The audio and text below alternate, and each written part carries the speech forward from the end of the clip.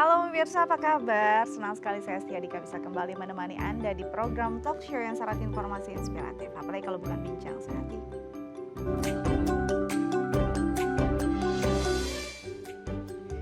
Pemirsa bincang sehati, sering nggak sih ngelihat orang tua kita tuh kalau lagi membaca sesuatu gitu kayaknya matanya sampai mengernyit gitu ya.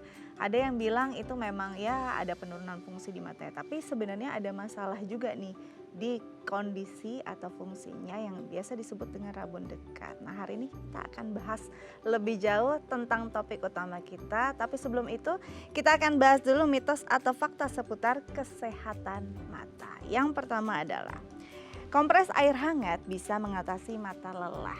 Kalau seharian di depan layar komputer atau laptop atau bahkan mungkin sekarang di depan layar gawai gitu ya.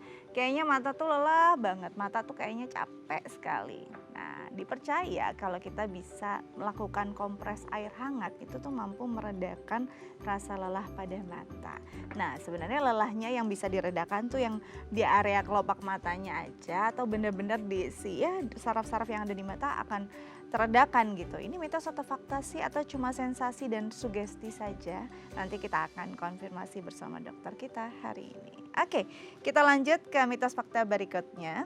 Selanjutnya adalah mitos atau fakta ya, kalau hindari memakai lensa kontak saat tidur itu memang harus dilakukan. Jadi kadang-kadang kalau kita pakai kontak lens gitu, kalau udah lelah sekali, kayaknya capek ya kalau misalnya harus buka si kontak lensanya ini gitu, lensa kontaknya, apalagi kan tangannya juga harus bersih, terus harus hati-hati juga. Ada yang ada dalam tidur aja deh langsung, tapi katanya itu nggak boleh sama sekali loh, itu bisa berbahaya gitu, bahkan katanya bisa naik gitu katanya si soft lensnya ini. Bener atau enggak sih, mitos atau fakta? Nanti kita akan tanyakan dan kita akan konfirmasi bersama dokter kita hari ini. Selanjutnya adalah air rebusan bunga telang bisa menjernihkan mata. Si bunga telang yang cantik ini kayaknya memang kaya manfaat ya, apalagi kalau misalkan bayi-bayi yang berlahir itu kayaknya sering banget tuh diteteskan air bunga telang. Katanya biar matanya bersinar, berbinar dan jernih, plus juga katanya bisa membantu untuk menyehatkan, menutrisi. Tapi benar apa enggak sih? Emangnya sebesar itu ya impactnya untuk kesehatan mata? Atau justru harus dihindari? Nanti kita akan tanyakan dan kita konfirmasi bersama dokter kita hari ini. Oke, selanjutnya adalah pilih ukuran lensa kontak yang sesuai. Seringkali ketika kita lensa kontak itu mungkin minus kita tuh lumayan tinggi tapi kita nggak nyaman gitu kan. Akhirnya kita menurunkan si kadar minusnya.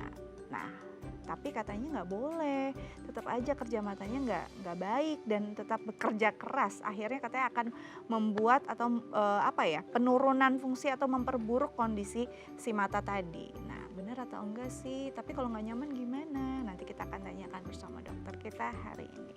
Oke, selanjutnya adalah melihat gerhana matahari secara langsung bisa memicu kebutaan. Aduh, serem banget kalau memang iya. Padahal kan itu adalah fenomena alam yang pastinya jarang terjadi dan semua orang mau lihat, semua orang mau menyaksikan dengan mata telanjangnya sendiri sebagai saksi mata gitu ya, si fenomena alam ini. Tapi katanya nggak boleh, nanti bisa memicu kebutaan. Apa impactnya buat mata kita? Apakah memang ada radiasi dari si gerhana matahari ini? Ini mitos atau fakta? Nanti kita akan tanya kebenarannya bersama dokter kita hari ini. Karena itu jangan kemana-mana, tetap bersama kami di Bincang Sehati.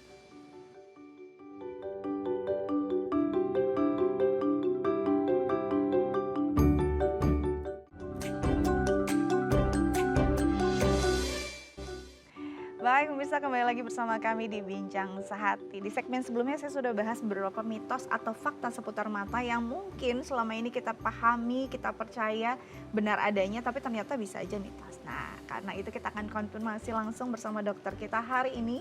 Sudah hadir bersama saya di studio Dr. Ihsan Ardinel ASPM, spesialis mata dari Rumah Sakit Lira Medica Karawang. Langsung kita sapa dokter kita hari ini. Halo dok, apa kabar? Terima kasih Mbak, terima kasih udah diundang untuk sharing. Yes, Kita yang soal mata makasih ya. loh jauh-jauh dari Karawang, pagi-pagi udah ada di Pantai Indah Kapuk di Daya TV ini pastinya mau berbagi untuk pemirsa di rumah. Kita mulai dengan mitos atau fakta seputar kesehatan mata ya dok ya. Boleh, Mungkin boleh. aja selama ini masih banyak yang salah kaprah. Hmm. Yang pertama adalah mitos atau fakta kalau kompres air hangat itu bisa mengatasi mata lelah. Benar atau enggak? Kompres air hangat mata lelah itu fakta. Fakta. Fakta. Oke. Jadi mata lelah itu berhubungan sama spasme akomodasi atau otot-otot mata Mm-mm. yang di sekitar mata ini dia bekerja ketika kita aktivitas jarak dekat. Oke.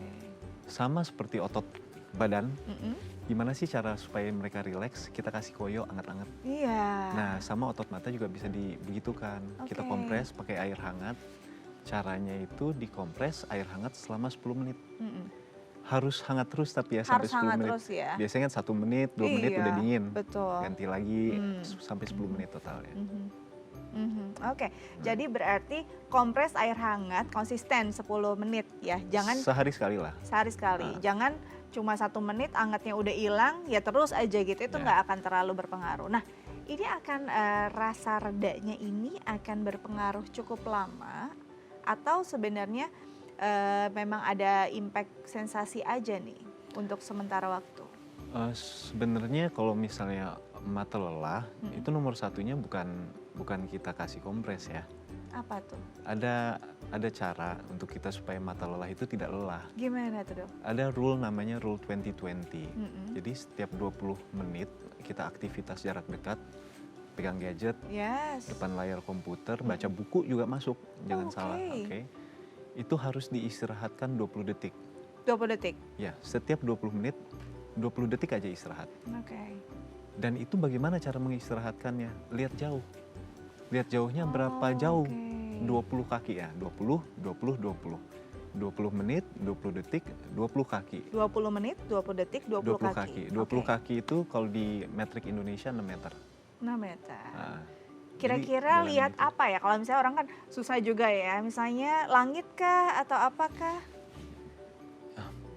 Jarak 6 meter aja. 6 meter Misalnya aja tembok, ya? ada tembok nih 6 meter. Ha-ha. Udah lihat tembok 6 meter. Mhm. Nggak masalah. Atau ngelamun lihat Oke. jauh. Oh, oke. Mau lihat langit boleh tapi jangan lihat matahari ya. Mhm. Oh, Kalau nggak oke. lihat pohon jauh juga nggak masalah. Kalau saya lihat kameramen saya, saya malah lelah dok. Capek ya. Capek. Dokter ngerti banget. Oke, selanjutnya adalah mitos atau fakta kalau hindari memakai lensa kontak itu saat tidur memang harus dilakukan. Harus dihindari. Ini ada faktanya, Oke. tapi nggak sepenuhnya faktual. Oh ya. Nah gini, jadi kontak lens itu yang mungkin kurang diketahui sama orang-orang itu banyak jenisnya. Ya. Ada jenis yang hard, ada yang soft. Mm-mm. Yang hard kita sebutnya RGP lah. Ya. Dia lebih aman sampai dipakai sebulan. Oh ya. Nah itu yang hard Maksudnya RGP. sebulan nggak dilepas-lepas gitu? Bisa. Nah, iya. atau dilepasnya dicuci sekali seminggu juga boleh. Mm-mm. Nah, kalau yang soft itu ada banyak jenisnya. Ada yang daily use, Oke. yang daily wear yang sekali pakai buang. Mm-mm. Ada juga yang bukan daily wear, ada yang extended wear. Nah, kalau yang sifatnya daily wear itu nggak boleh ke bawah tidur. Kalau ke bawah tidur, makanya saya bilang ada faktanya. Iya. Kalau ke bawah tidur itu bisa dari iritasi sampai infeksi sampai kebutaan. Wow. Dan kebutaan yang diakibatkan karena infeksi berat akibat penggunaan lensa kontak yang tidak sesuai tadi, itu bisa permanen. Tuh. Nah, kemudian ada soft lens yang sifatnya extended wear. Dia bisa dipakai sampai seminggu, nggak dilepas. Jadi ada benar ada salahnya. Tapi kalau dibilang disarankan ya, kalau bisa dilepas. Karena apa? Karena dengan adanya benda asing di kornea kita, permukaan mata tuh kornea namanya, itu akan sedikit kurang lebih menghambat pertukaran oksigen yang dibawa oleh air mata di permukaan kornea itu. Yes. Jadi kalau kita sebutnya kayak asfiksia atau kekurangan oksigen lah. Nah seperti itu yang dihindari. Jadi walaupun ada beberapa jenis yang memang aman nih untuk 1 minggu, 1 bulan bahkan ya, tapi memang dianjurkan, diimbau ya kalau bisa dibukalah saat tidur. Karena ya lebih baik nggak ada benda asing ya ketika kita tidur. Oke, lanjut kita ke mitos fakta berikutnya. Mitos atau fakta dok, kalau air rebusan bunga telang bisa menjernihkan mata. Nah ini sering nih dilakukan kan, apalagi untuk bayi-bayi yang baru lahir lagi kan. Nah ini mitos atau fakta? Ini bukan cuma daun telang ya. Ada juga kalau di Jawa Tengah itu Mm-mm. pakai rebusan daun sirih. Wow, Ada dong. direndam. Di- Aduh. itu ada yang seperti itu. Nah, untuk yang hal-hal yang seperti ini itu sebenarnya sebaiknya dihindari.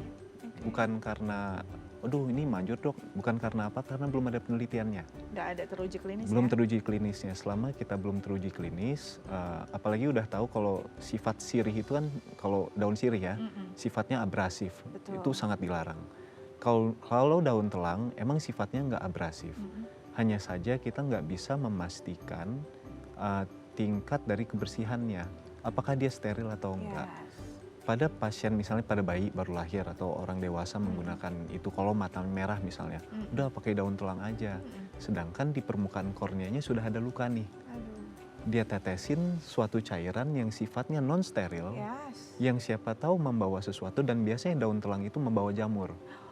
Oh my God. Nah, ditetesin seperti itu kalau tidak steril ya, bisa membawa jamur yang akhirnya infeksinya mungkin tadi karena bakteri, Iya. campur bakteri dengan jamur. Pengobatan jamur jauh lebih lama daripada pengobatan bakteri. Aduh. Nah, Jadi lebih baik dihindari, entah ya Dihindari. mungkin nenek moyang kita menggunakannya saat itu. Ah. Toh sekarang sudah banyak produk yang jauh lebih steril ya. betul. Dan lebih istilahnya sudah teruji klinis. Jadi untuk para moms di rumah yang baru punya baby, kalau bisa konsultasi dulu dengan dokter anak Anda. Ya. Kalau memang mau punya anak matanya jernih gitu ya. Ya, Berikan siapa tahu nutrisi yang nanti baik ada aja ya, apa daun telang steril nanti dikeluarin, siapa tahu mungkin. Tapi ditunggu, mungkin. jangan sampai Ah. kita bikin sendiri. Yes, betul. Nah. Sabar aja dulu. Nanti tunggu ada uji klinisnya. Oke, kita lanjut ya dok ya. Ya. Mitos atau fakta kalau memilih ukuran lensa kontak ya memang harus yang sesuai. Nah ini kadang-kadang ada yang kadang nggak nyaman juga kan ketika memang sesuai dengan mungkin lensa kontaknya minusnya berapa gitu. Tapi kayak kalau sama tuh nggak enak gitu, enaknya di bawahnya aja deh gitu. Gimana tuh? Iya, jadi yang sesuai itu sebenarnya ada dua hal yang dimaksud dengan yang sesuai. Iya. Kalau yang saya tangkap ya maksudnya. Sesuai adalah sesuai ukuran kekuatannya. Oke. Misalnya -2 atau -3, satu lagi sesuai ukuran si lensa kontaknya. Secara istilah Diameternya, harfiahnya ya, diameternya. Oke. Nah, karena diameternya itu, dan makanya sebenarnya kalau lensa kontak itu harus ada fitting sebenarnya. Ah. Apalagi kalau kita udah ngomongin lensa kontak yang hard RGB, itu harus ada fitting. Karena berhubungan sekali fitting si lensa kontak itu dengan oksigenasi pada mata. Oke. Kalau too tight atau dia too loose, kalau too tight pertukaran oksigennya berkurang, harusnya bisa dipakai 8 jam 9 jam nggak masalah, jadi masalah. Harusnya mungkin dia bisa sampai semalaman dipakai, semalaman udah merah matanya. Nah, jadi ukuran pertama tadi minus atau yang lainnya itu entah silinder atau minus, itu harus pas. Yes. Itu satu. Yang kedua, ukurannya juga, diameter terhadap bola matanya itu pun juga harus pas. Nah, sebenarnya kalau paling baik ya udah dibawa aja ke ahli pemasangan lensa kontak atau ke dokter mata untuk mengukur, dilakukan fitting lensa kontak. Tapi kan kadang-kadang kita beli karena lucu, unyu-unyu ya dok Ya ya. betul, paham. Nah, gimana tuh dok? Mungkin buat istilah ya, buat wawasan juga ketika kita milih cuma karena bentuknya atau ukuran tampaknya saja gitu ya. Ini tapi salah, impactnya apa? Ya yang tadi, kalau misalkan ukurannya salah, dalam artian ukuran secara harfiahnya salah, lebih cepat dia kena mata merahnya, atau mungkin penggunaannya yang harusnya bisa lebih panjang mungkin jadi lebih pendek, udah nggak nyaman matanya. Efeknya nanti sifatnya ke arah iritasi. Kalau beratnya lagi ke infeksi, beratnya lagi sampai ulkus infeksi yang paling berat. Seperti itu. Jadi impactnya banyak banget loh. Jadi nggak bisa asal aja, udahlah bodo amat. Ya beauty is pain nggak juga kalau misalnya masanya jadi Betul. panjang ya. Oke, kita lanjut dok.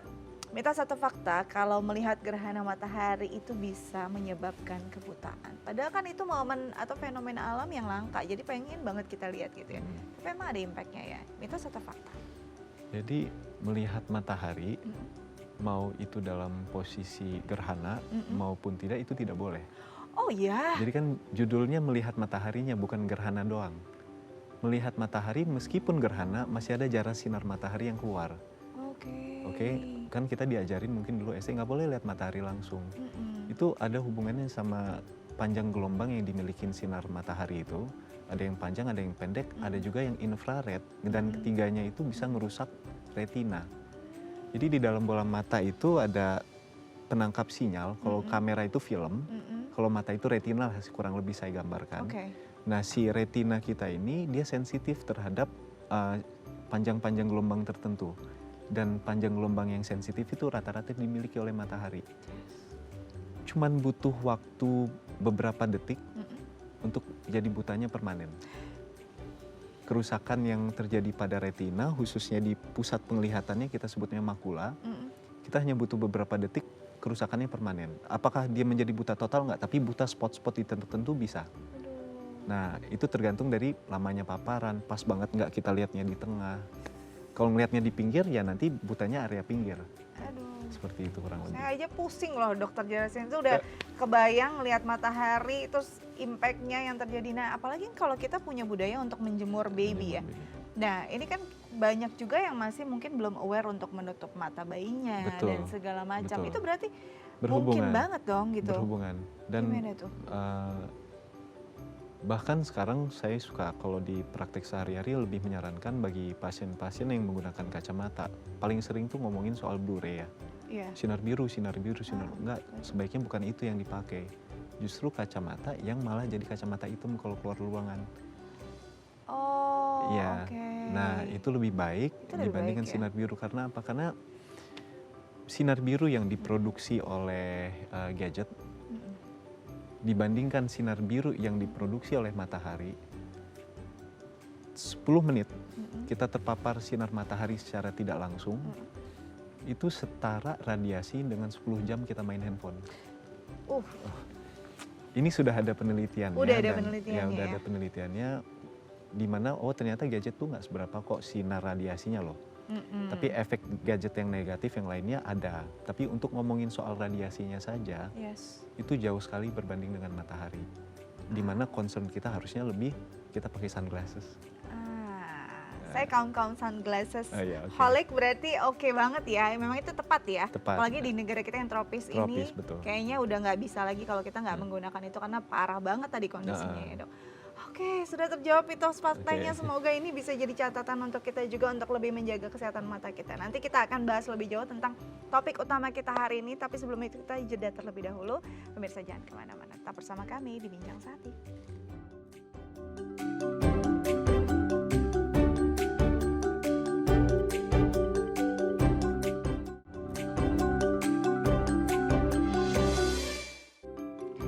Baik pemirsa, kembali lagi bersama kami di Bincang Sehati. Kita akan bahas topik utama kita hari ini tentang si rabun dekat. Kayaknya yang usianya udah mulai mendekati usia-usia lanjut mulai deg-degan, kok saya rada susah ya deket-deket nih melihat lebih jelas gitu ya. Kita akan bahas lebih jauh, tetap di depan layar TV Anda, boleh juga langsung telepon ke kita kalau mau tanya-tanya di 0212903244 atau DM ke Instagram kami di @bincangSehati.tv. Kita lanjut lagi bersama Dr. Ihsan Ardinel A, SPM, spesialis mata dari Rumah Sakit Lira Medica Karawang. Oke, dok, sebelum kita masuk ke topik utama kita tentang si rabun dekat, mungkin untuk edukasi, kita jelasin dulu nih. Fungsi mata kan pasti melihat, tapi bagian-bagian mata kadang orang masih nggak ngerti. Ya udah mata itulah gitu ya istilahnya. Padahal di dalam mata nih banyak saraf, banyak lapisannya. Mungkin bisa jadi wawasan untuk pemirsa, dijelaskan. Oke, mungkin saya nggak mendetail ya, tapi mungkin beberapa bagian organ yang emang kayaknya harus diketahui karena paling sering terjadi masalah di sana. Ibarat ini bola mata. Ini yang paling depannya bola mata, apabila kita sentuh, ini disebut kornea. Kornea ya. Kornea ini bagian bening yang fungsinya untuk membiaskan cahaya. Jadi cahaya ketika masuk dibelokin sama dia. Nah, dia punya kekuatan membelokkan cahaya. Kita ngomong lagi ke dalam lagi, kita bisa lihat ada hitam di dalam bola mata, ada bulatannya kita sebut pupil. Pupil itu dibentuk oleh iris. Iris yang sekitarnya warnanya ada yang coklat, kalau orang luar negeri ada yang biru, itu iris. Nah, pupil ini yang memiliki fungsi dibentuk oleh iris untuk membesar dan mengecil. Membesar mengecil itu kalau pada kamera itu kayak diafragma kamera. Fungsinya menentukan jumlah cahaya yang masuk. Kalau kena cahaya silau nih, dia langsung mengecil. Kalau misalnya di tempat gelap, dia langsung membesar. adaptasi dengan ruangan memperbanyak cahaya yang masuk ke dalam bola mata. Nah, ngomong di belakangnya si pupil tadi, itu ada namanya lensa. Kurang lebih fungsinya sama dengan kornea tadi yang paling depan karena dia bening. Fungsinya membiaskan cahaya lebih lagi, lebih besar lagi membiaskan, lebih menambah bias cahayanya lagi. Namun bias cahayanya dia adaptif. Kalau tadi kornea dia fix membiaskan cahaya seperti itu, kalau lensa di dalam bola mata dia bisa ngembang kempis. Oh iya. Nah, Oke.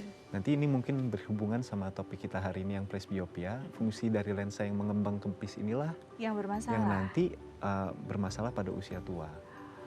Oke. Ke belakang lagi, yang paling belakang dari bola mata, lapisan di dalam, itu lapisan retina yang tadi saya sudah bilang seperti film pada kamera.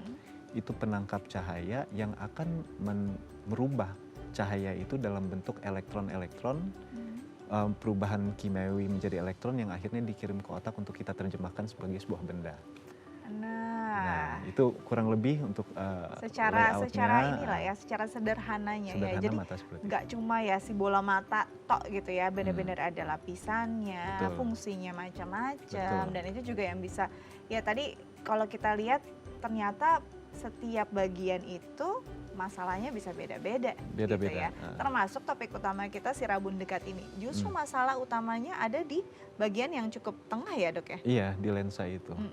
Apa sih yang terjadi kadang-kadang kalau misalkan kita rabun dekat gitu ya, itu selalu ngerasa ya udahlah itu mah nanti kalau usianya udah 70-an kali ya. Tapi kayaknya akhir-akhir ini yang usianya 40 aja udah mulai banyak gitu kan ya, Dok. Apa tuh yang membuat seseorang bisa merasakan kondisi demikian? Oke. Ini sebenarnya penggunaan rabun dekat itu suka keliru. Pertama mau saya koreksi itu dulu nggak apa-apa ya. Nah, itu banyak yang keliru Ya. soalnya. Rabun dekat itu sebenarnya temanannya sama rabun jauh. Itu kalau orang pakai kacamata minus kita sebut rabun jauh. Oke, Orang pakai kacamata plus kita sebut rabun dekat. betul. Tapi sesungguhnya rabun dekatnya itu dipakai untuk lihat jauh dan dekat. Kalau kita ngomong rabun dekat saja ya, bukan rabun dekat pada orang tua. Judul rabun dekat itu dia dieratkan dengan penyakit namanya hipermetropia. Itu bisa terjadi dari dari lahir. Itu hipermetropia. Hipermetropia bisa yaitu dari lahir ya? kacamata plus dari lahir. Nah, itu disebut hipermetropia. oke. Judulnya rabun dekat juga karena emang saat dekat dia lebih susah ngelihatnya. Kalau pada usia lanjut yang kita mau bahas rabun dekat pada lanjut usia itu kita sebut presbiopia. Itu beda. Itu beda kasus tuh. Beda mekanisme terjadinya dan beda penyebab terjadinya. Oke. Kalau presbiopia dia karena lensa yang tadi saya sebutkan yang harusnya dia elastis bisa ngembang kempis seperti ini, dia jadi kaku. Oke. Kaku, dia menjadi lebih keras, mungkin sama kayak kulit kita kalau semakin tua lebih keras ya. Iya, betul. Kekenyalan berkurang. Udah nggak elastis lagi ya. Karena dia isinya kolagen. Sama dengan kulit kurang lebih. Jadi karena kolagen itu sifat penuaannya seperti itu, yang terjadi juga di mata yaitu di lensa. Jadi walaupun kondisi yang dialami gangguannya sama, dilihat dari sisi usianya ini jenis yang berbeda gitu Jenis ya. yang berbeda. Kalau yang tadi rabun di usianya belum lanjut bahkan bisa dirasakan oleh anak yang baru lahir pun itu memang ya udah secara genetik ataupun ada kondisi yang lain. Tapi kalau yang dan dia butuh pakai kacamatanya itu bukan hanya untuk lihat dekat, tapi untuk lihat jauh pun dia butuh plus. Itu judulnya baru hipermetropia. Nah, Tapi judulnya dipanggilnya rabun dekat. betul. Itu suka tercampur tuh masyarakat. Beda banget tuh ya padahal ya. Beda banget. Kalau Beda yang banget masalahnya, penyebabnya pun beda. beda. Nah, kalau presbiopia dia jauhnya oke. Cuman dekatnya aja yang butuh plus. Nah, itu perbedaan hipermetropia dengan presbiopia. Nah, karena kita hari ini bahas tentang si presbiopia. Oke. Penyebabnya apa, Dok? Apakah karena ya memang sudah banyak masalah degeneratif juga pada lansia, penurunan fungsi organ, itukah penyebab utamanya atau memang ada yang lain? Jadi gini, presbiopia itu sesuatu yang akan terjadi pada Pasti kan? semua orang. Karena presbiopia itu semata-mata proses penuaan. Penuaan dari si lensa yang tadi dia bisa mencembung sehingga meningkatkan kemampuan cahaya membelok, dia tidak bisa sekarang. Jadi cahayanya kurang belok jadi lebih jauh. Jadi untuk memfokuskan lagi dia sulit karena kekakuan dari si lensanya itu. Proses penuaan ini kurang lebih nih kalau misalnya usia kita masih anak-anak kekuatan saya sebut pakai dioptri ya. Dioptri itu satuan kacamata. -3 dioptri, Oke. -2. Nah, kemampuan merubah cembung dan mendatarnya si lensa itu, waktu usia kita masih kanak-kanak itu lebih dari 10 dioptri. Kita 50 tahun bisa turun sampai berapa? Iya. Bisa sampai 2 dioptri. Oh ya? Jadi 8 dioptri lebih, Iya. bahkan ada yang bilang 12 sampai 14 yang tadi kita milikin saat anak-anak, itu hilang semua, sisa kita punya kekuatan untuk elastisitasnya berturun jadi cuma sisa 2. Wow. Dan itu semata-mata karena proses penuaan. Hmm. Mungkin untuk gampangnya saya mungkin jelasinnya gitu deh. Iya. Di usia berapakah? Kan tadi kan kita ya kondisinya sama nih gitu kan. Kondisinya gangguannya sama, nggak bisa lihat dekat. Tapi kita bisa membedakan itu di usia berapa, lebih bisa, oh ini memang karena si kondisi rabun dekat pada lansia. Kalau ini rabun dekat yang memang terjadi bisa aja karena masalah yang lain. Maksudnya di usia berapa bisa ketahuan? Yang masuk ke dalam kategori rabun dekat memang karena Sebenarnya usia. kategori bukan dari usia. Dari apa, Dok? Kategorinya dari dia lihat jauhnya butuh kacamata plus nggak? Kan tadi perbedaannya itu. Oke, jadi ada perbedaannya. Perbedaan itu, perbedaan bahwa dia untuk jauhnya butuh plus atau enggak untuk dia bisa melihat ketajaman penglihatan, kalau kita sebut di dunia kedokteran 6/6 atau setara dengan orang yang tidak perlu pakai kacamata. Itu ada uji-ujinya lagi untuk memastikan dia pure 6/6 atau 6/6 dengan bantuan otot mata. Jadi ada ujinya juga, Ada nggak ujinya bisa lagi. asal perasaan saya gitu ya. Kalau dia bisa 6/6 di awal, itu nggak bisa kita bilang dia sudah normal.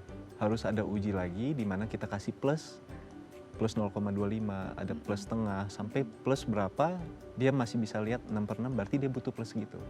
Kalau dikasih plus sedikit aja terus dia kabur, berarti dia nggak butuh, berarti dia murni, dia normal. Nah itu uji itu yang harusnya dilakukan untuk mengetahui bahwa benarkah dia benar-benar normal atau ada hipermetropi yang ngumpet di balik kekuatan otot mata untuk membantu fokus. Kalau selama ini wawasan kita nggak sampai sana, banyak dong yang salah treatment. Banyak. Impact-nya kayak apa tuh? Impact-nya paling nanti banyak pasien datang, dok kok mata saya lelah ya. Judulnya astenopia, paling sering di dunia kedokteran mata. Mata saya lelah, dok, saya kerja berapa lama, bisa lihat deket bisa, tapi cuma sejam aja saya capek, dok. Tapi kadang-kadang juga mereka yang seperti itu nggak mau datang, dikira itu sesuatu yang normal, harus diistirahatkan. Yang seperti itu, hipermetropia yang ngumpet di balik tekanan kekuatan otot mata itu biasanya datang usia 35, 37, dok saya udah nggak bisa lihat deket. Iya, banyak banget yang kayak gitu. Jadi karena normalnya yang disebut presbiopia itu di atas 40.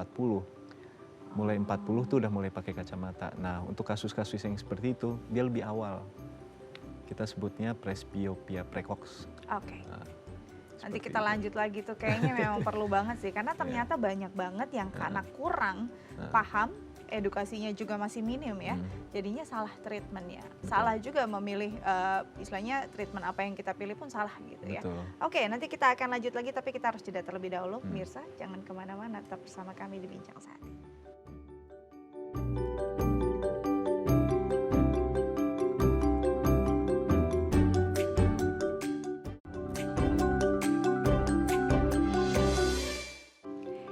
Baik pemirsa, kembali lagi bersama kami di Bincang Sehati. Kita masih membahas tentang rabun dekat pada lansia.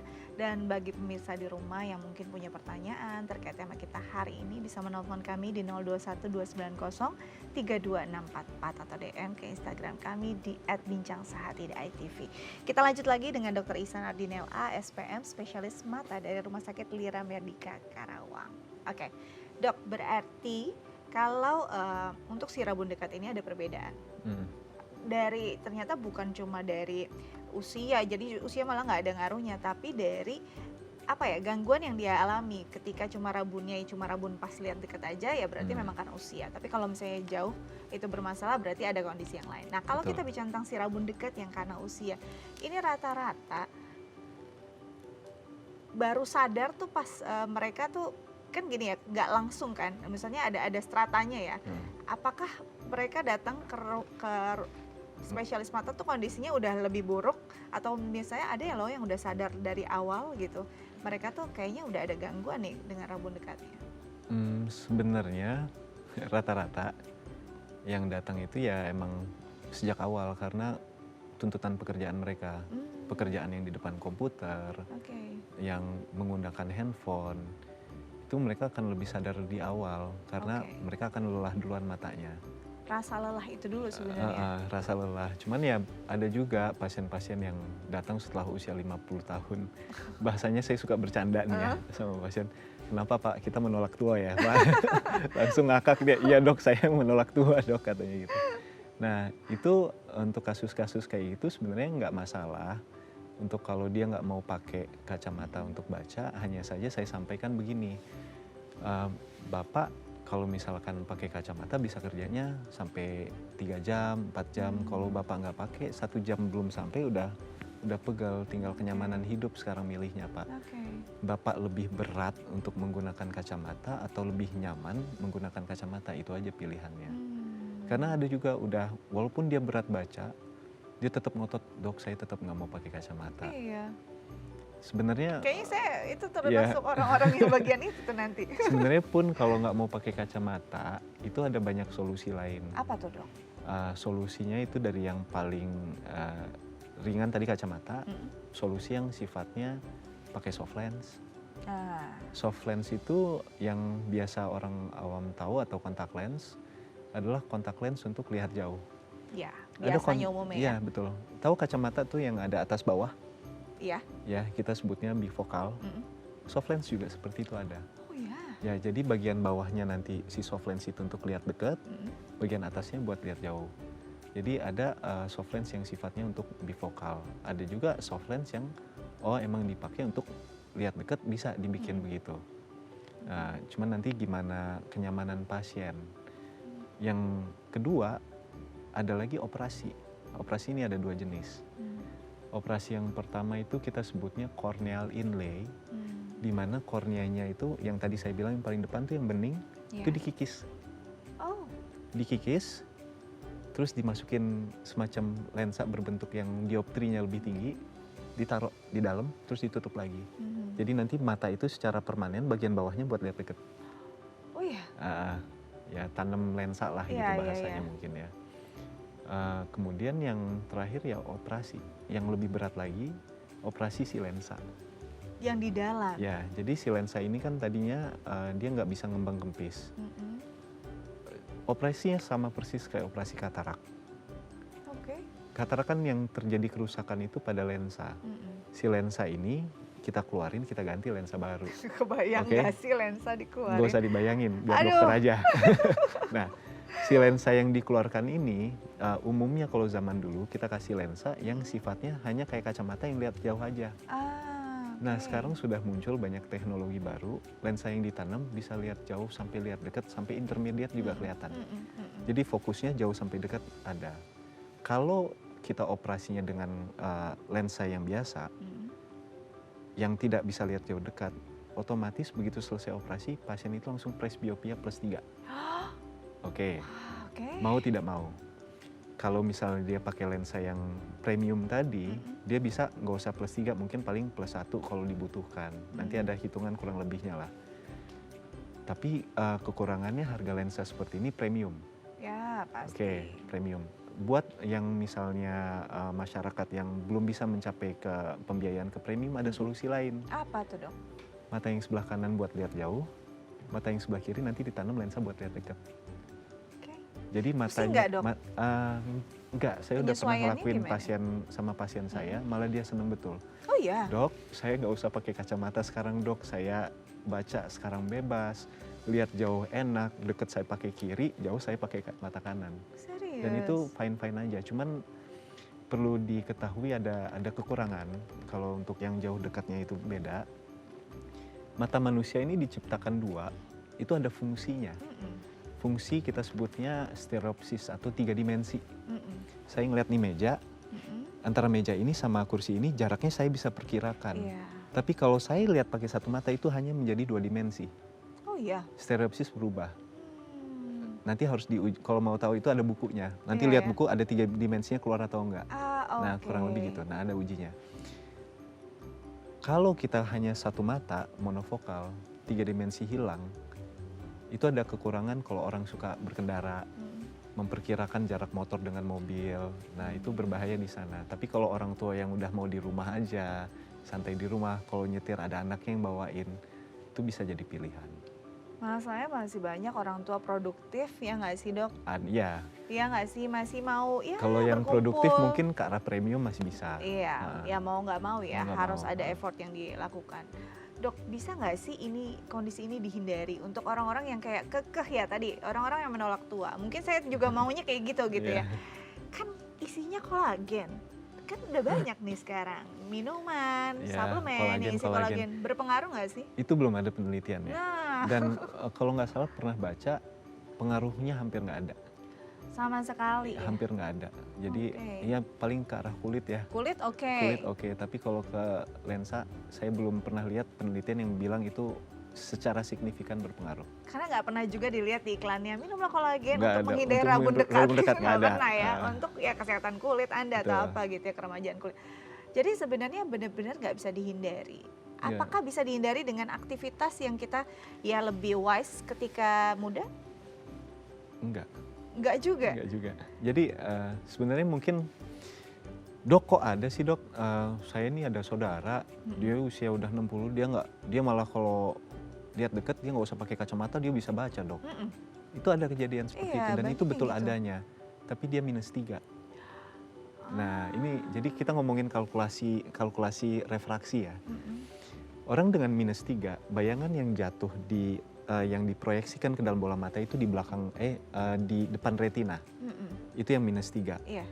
Maka dia terlalu kuat si bias refraksi matanya membelokkan cahaya saking kuatnya, beloknya terlalu cepet, di depan retina udah nyatu. Nah, itu minus. Ah. Dia terlalu kuat, judulnya Betul, tadi saya bilang betul. kalau minus. Karena dia terlalu kuat, dilemahin, diminin, dikurangin kekuatannya, dikasih -3, dilemahin kekuatannya, jadi dia ke retina. Mm-mm. Artinya apa? Dia punya surplus 3 dioptri, Iya. matanya lebih kuat +3 dibanding orang normal. Iya. Maka dia usia 60 tahun, dia bisa lepas kacamata minusnya, Betul. dia baca dekat. Tapi jauhnya? Jauhnya kabur tinggal pakai kacamata lagi. Jadi kalau mau baca dia copot dulu, kalau habis itu dia pakai lagi untuk lihat jauhnya. Kurang lebih kayak gitu. Oh gitu ya. Jadi bukan karena dia waktu Nggak. mudanya sering makan wortel nggak ada ngaruhnya ya. Wortel arahnya bukan ke arah Bukan sana. ke arah situ. Kan banyak yang gitu makanya sering makan wortel biar tuanya nggak rambut dekat, nggak ada ngaruhnya kakek nenek ya. Memang ternyata ada hal-hal lain. Oke, sebelum kita lanjut ada DM dari pemirsa lewat Instagram, saya coba bacakan ya dok ya, dengan kemampuan mata saya yang seadanya ya. Oke, selamat pagi dok, nenek saya baru 1 minggu pakai kacamata rabun dekat. Tapi sering dilepas karena nenek saya tidak nyaman dan merasa pusing saat dipakai. Apakah ini normal dok? Bagaimana cara mengatasinya? Terima kasih. Jadi neneknya baru 1 minggu pakai kacamata rabun dekat, tapi sering dilepas karena pusing dan nggak nyaman gitu ya. Jadi 1 minggu sih, apakah memang ini masa adaptasi atau gimana dok? Sebenarnya banyak penyebab untuk tidak nyaman pakai kacamata. Satu, bisa ukuran dioptrinya ketinggian buat kebutuhan si nenek. Oke. Karena kebutuhan kacamata tuh nggak serta-merta hanya kayak udah 60 tahun 3 dioptri. Iya. Kita tanya kebutuhannya. Kebutuhan biasanya baca jaraknya berapa sih? Oh, saya buat jarak segini. Oh, saya maunya segini. Itu kita ukur. Karena kebiasaan orang beda-beda ya. Jaraknya kita ukur. Atau saya mau buat pakai kerja nih 50 cm. Oh, nanti kita ukur akomodasi, amplitudo akomodasinya berapa, kebutuhan dia berapa dioptri yang kita kasih. Itu ada ukurannya. Itu satu. Yang kedua, ada kemungkinan lensanya, titik tengahnya tidak sesuai dengan pupil pasien. Bisa dua. Bisa satu, emang mungkin produksinya dia terlalu kecil. Misalnya ini fokusnya di sini. Atau mungkin fokusnya di sini padahal matanya di sini. Nah, fokusnya bikin pusing. Karena apa? Harusnya di sini. Bisa juga karena ibunya atau neneknya pakai kacamatanya nggak sesuai. Sesuai itu dalam artian titik fokusnya udah benar waktu diukur. Ditaruh di sini. Neneknya pakainya di sini. Oh, sering ya kita lihat ya. Akhirnya dia akan pusing karena titik sentral dari fokus dari lensanya itu nggak benar. Makanya kalau saya praktek, kalau pertama kali yang dikeluhin pusing, saya ukur kacamata dia seharusnya berapa, kacamata yang dia bawa berapa, dan kacamata yang dibawa titik tengahnya di mana. Saya cari titik tengahnya. Terus nanti saya fitting ke pasien saya. Hmm. Saya lihat pupilnya, oh ini kurang pas. Apalagi kalau dia ada silinder, itu lebih rentan terhadap pergeseran off axis kita sebutnya dari titik tengah lensa mata. Seperti itu. Oke, jadi untuk Mbak Dinda ya mungkin bisa dilihat lagi atau di-adjust lagi nih kacamatanya neneknya ya. Jangan sampai nanti benar-benar pakainya di hidung, nggak nyaman gitu ya, dan itu akan pastinya benar-benar akan mengganggu aktivitas si nenek ya Pak. Semoga bisa terselesaikan gitu ya masalahnya. Oke, nanti kita lanjut lagi Dok, tapi kita harus jeda terlebih dahulu. Pemirsa jangan kemana-mana, atau bersama kami di Bincang Sehati.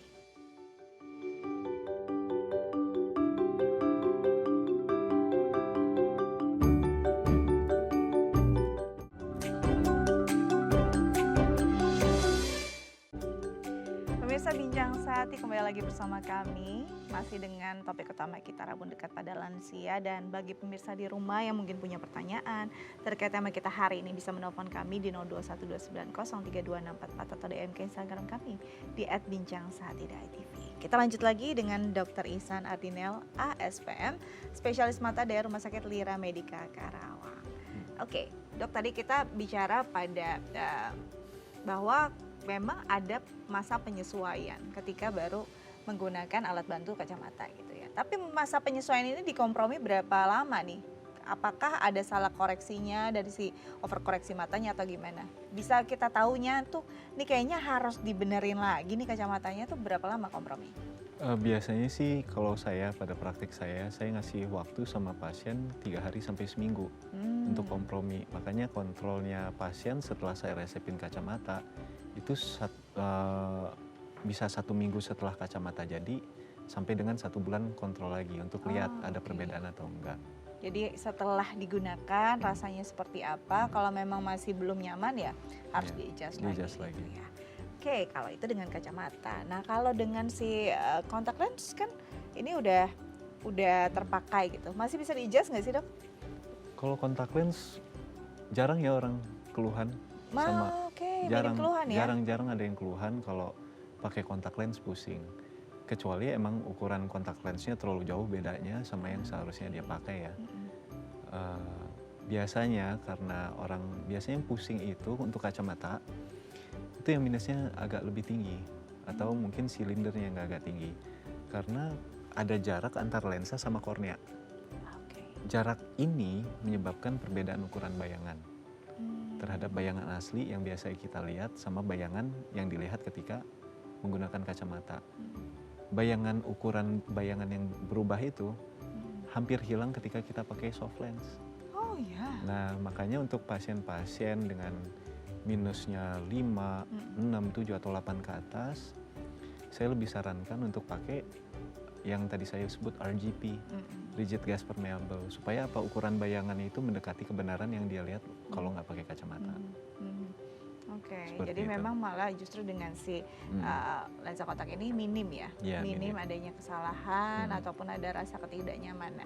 Nah, kalau operasi, kadang-kadang orang kalau udah dengar operasi deg-degan, efek sampingnya apa, dan kalau misalnya setelah itu malah tambah parah gimana, kan banyak yang deg-degan kayak gitu. Gimana nih Dok dengan pengobatan operasi? Ini operasi yang terkait dengan presbiopia untuk orang tua. Iya. Selalu kalau kita sebagai practitioner, kita nyari yang harmless dulu, yang less harm. Pertama kacamata, selalu.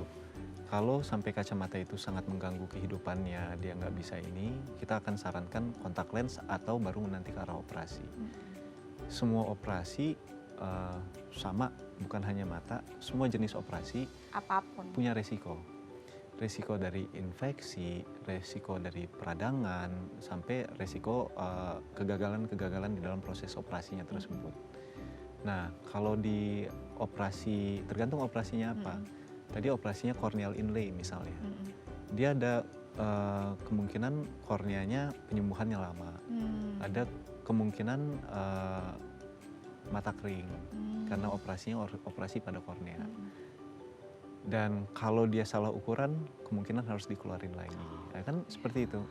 Ukuran yang maksudnya ukurannya dia masih nggak nyaman. Betul. Kalau kita kacamata aja kan udah diukur aja nggak nyaman. Salah ukuran dalam artian dia tidak nyaman seperti itu. Kemudian operasi yang berikutnya tadi operasi katarak ya. Mm-mm. Operasi katarak kalau bisa menyebabkan infeksi juga kemungkinan, bisa inflamasi sampai inflamasi ke retina juga bisa. Tapi dia lebih sifatnya lebih fix karena sudah ada di dalam bola mata. Jadi kalau mau kita ganti-ganti lebih sulit atau butuh operasi yang effortnya lebih seperti itu. Oke, jadi apapun kondisinya ada aja ya Ada. efek sampingnya, kemungkinan yang terjadi pasti ada. Tapi Ada. pastikan aja Anda memilih tenaga profesional yang tepat. Betul. Dan juga mungkin juga harus memeriksakan dirinya juga harus benar juga ya, jangan sampai nggak benar-benar kontrol dengan Iya, baik dan gitu ya. pengobatan setelah operasinya yang suka kecolongan. Iya, itu yang yang memang harus diikutin. diperhatikan baik-baik. Dan kalau memang sudah merasa ada gangguan, ya diperiksakan. Jangan sampai Betul. nanti ngerasa nggak apa-apa kok, baik-baik aja. Saya malah ada manfaatnya ngelihat pasangan saya lebih dekat ya lebih ganteng karena saya rabun dekat gitu ya. Nggak juga kayak gitu ya pemirsa ya.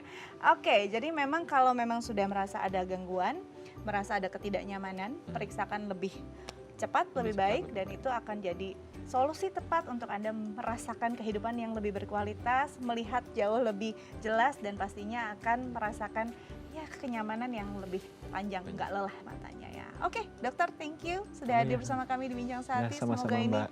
bermanfaat untuk pemirsa di rumah. Baik pemirsa, sekian Bincang Sehati hari ini. Semoga tips dari dokter kita hari ini berguna untuk Anda. Jangan lupa dicatat, pastinya bisa membantu Anda dan juga orang-orang tersayang. Jangan lupa untuk mengunduh The Plus di gawai Anda. Anda bisa menggenggam inspirasi dimanapun, kapanpun. Saya Astia Dika pamit undur diri. Sampai jumpa.